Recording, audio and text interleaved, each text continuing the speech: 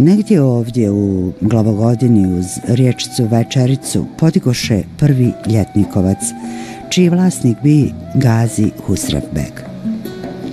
Podatak o tome ostavi putopisac Benedikt Kuripešić 1531.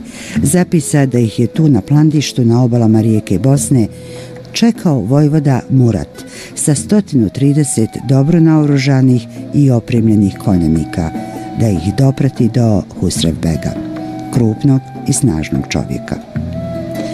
Ugostio ih u Ljetnikovcu opletenom od pruća, sastrtom skupocjenim čilimima pod kojim je tekao potočić, a ulazu se prilazilo kroz špalir bogato odjevene straže. Kuripešić nije bio običan pisar, već tumač u Ferdinandovom drugom poslanstvu sultanu Sulejmanu, koji imade zadatak da tada, nakon Mohačke bitke, u Istanbulu isposluje primirje i ponudi sultanu 100.000 forinti. Kažu historičari da ih je Sulejman primio u 2 navrata i oba ih puta odbio i njih i njihova kralja i njihove forinte. U svo gostoprimstvo ne prođoše bolje ni sa Gazi Husrev Begom. Upravo u ovom kraju, od Hrasnice do vrela Bosne, ugledne Sarajlije imadoše brojne ishodne kuće, kule i odžake, ili što bi danas rekli, vikendice. Ishodne kuće spadaju u objekte za povremeni boravak i služile su bosanskim feudalcima za ljetni odmor, ali i povremene porodične teferiće, sjela i izlete. Zna se i kada je arhitekta Ćiril Iveković 1892. godine pravio projekt uređenja parkovskih površina na Iliđi, otkupljivane su parcele Mejreme Svrzo, rođene Glođo, Mustaj Bega Turhanije, Omer Bega Fadil Pašića. Gradnja ishodišnih kuća na području Iliđe i Sarajevskog polja postaće model za dalju gradnju i konstrukcijska rješenja kuća na selu. Najviše ih bi sačuvanih u Hrasnici i Butmiru pripadaše porodicama Hadži Osmanović, Sidro, Filipović, Glođo, Čomara i Kasumagić Zečević, te u Kovačima Hasanbegovića i nešto mlađi, vremenom prepravljenih kuća porodica Semiz i Hrasnica. No, tek jedna od njih zasluži status zaštićenog spomenika Bosne i Hercegovine. Kuća Zildžića iz 19. stoljeća.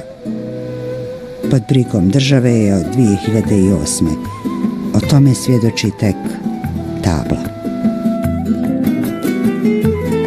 Bondru konstrukcija na kamenom prizemlju u kome su bile magaza i dnevni boravak, na spratu abdesluk, kamerija, banja i sobe za spavanje, divanhana te čardaci. Kraj kuće mutvak, ljetna kuhinja. Danas je iz ove ruševine teško i zamisliti kako je izgledala.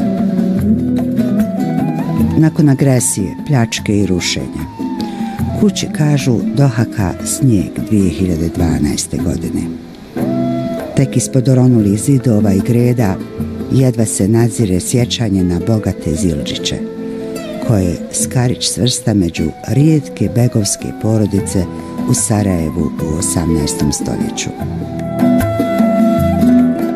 Zna se da ovi Zildžići nemaše potomstvo, a nema više ni Zildžija, majstora, zvonara i kantardžija, koje imaše i svoj esnaf. Ipak u historiji grada sačuva se prezime po kćerki jednog uglednog Zildžije, doktorici Ševali Zildžić i Blizović, prvoj doktorici muslimanki u Bosni i Hercegovini.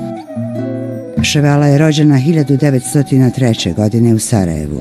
Nakon završene osnovne djevojačke škole nije željela prihvatiti jedini poziv koji se tada nudio ženskoj djeci, učiteljski, nego kao jedina djevojka 1919. godine upisuje mušku gimnaziju.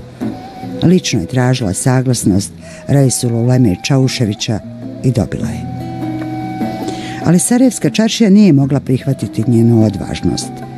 Kamenjem su je sarajevski momci sačekivali kad se vraćala iz škole, pa je babo morao u fijakeru odvoziti i dovoziti da joj glavu ne bi razbili, pričao je njezin sin. Po završetku gimnazije upisuje medicinski fakultet u Zagrebu i konačno 1931. godine diplomira. I tako, izvanično postaje prva ljekarka muslimanka u Kraljevini Jugoslaviji. Udaje se za doktora Muhameda Iblizovića. Vijest o predaji diplome prvoj ljekarki Bošnjakinje i prvoj bračnoj vezi dvoje ljekara Bošnjaka posredstvom zagrebačkog dopisnika objavio je i New York Times. Radila je na Zagrebačkom fakultetu, a kada joj je ponuđeno mjesto asistentice, Ševala je odlučila da se vrati u Sarajevo. Dobila je posao tek nakon 2 godine u gradskoj bolnici, potom na infektivnom odjeljenju državne bolnice u higijenskom zavodu, a karijeru je završila kao specijalistica, ginekologinja i pedijatrica u školskoj poliklinici. I za vrijeme Drugog svjetskog rata Ševala je nalazila način da stigne do svojih pacijentica koje su se porađale u kućama. Praksu liječnice nastavila je nakon završetka karijere u državnim institucijama. Ona i njen suprug imali su privatnu ordinaciju koja je u tadašnje vrijeme među prvim imala rentgen i frižider za čuvanje lijekova. Umrla je 1978. godine od posljedica tumora. Jedna ulica u Sarajevu po njoj nosi ime, a BH Pošta je 2002. godine izdala poštansku markicu sa njenim likom.